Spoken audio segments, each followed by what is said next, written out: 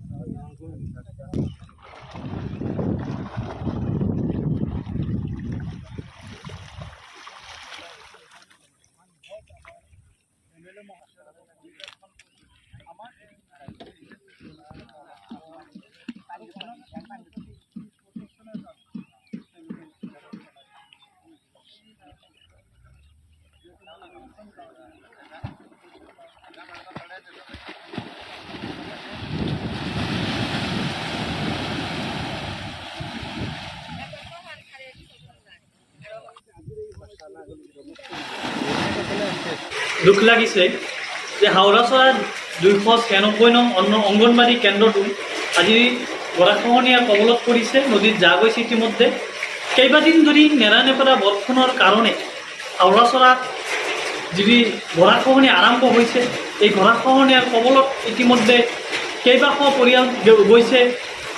আমাৰ কৃষিভূমি যিবিলাক আছিল সেইবিলাক ইতিমধ্যে এই নেৰানেপেৰা বৰষুণৰ কাৰণে ইতিমধ্যে গৰাখহনীয়াৰ কবলত অলৰেডি পৰিছে।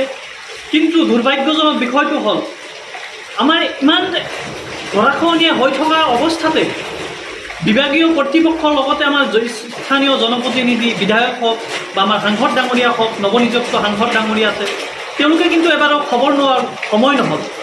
গতিকে আমি অসম চৰকাৰৰ লগতে আমাৰ স্থানীয় জনপ্ৰতিনিধিক, আমাৰ বিধায়ক মহোদয়ক আমি দাবী জনাওঁ, আমি সাংসদ মহোদয়ক দাবী জনাওঁ যে এই অঞ্চলসমূহ পৰিদৰ্শন কৰি এখন স্থায়ীভাৱে বিজ্ঞানসন্মতভাৱে যাতে এই গৰাখহনীয়া প্ৰতিৰোধৰ ব্যৱস্থা কৰে। লগতে আমি ভাৰত চৰকাৰকো দাবী জনাম যে এই গৰাখহনীয়া বান সমস্যাটো আমাৰ ৰাষ্ট্ৰীয় সমস্যা হিচাপে স্বীকৃতি দিব লাগে।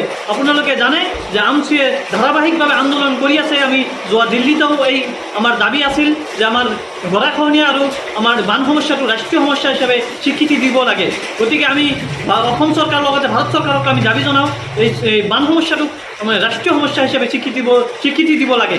লগতে যি আমাৰ পৰিয়াল কিন্তু ইতিমধ্যে গৰাখহনীয়াৰ কবলত পৰি এই অঞ্চলসমূহৰ যি ৰাইজ আছিল, যিবিলাক মানুহ আছিল, তেওঁলোকে এতিয়া ক'ত বাসস্থান কৰি আছে তাৰ কোনো তেওঁলোকে কিন্তু অসহায় হৈ ৰাস্তাত থাকিবলগীয়া হৈছে, কাৰোবাৰ ঘৰত কিন্তু আশ্ৰয় ল'বলগীয়া হৈছে।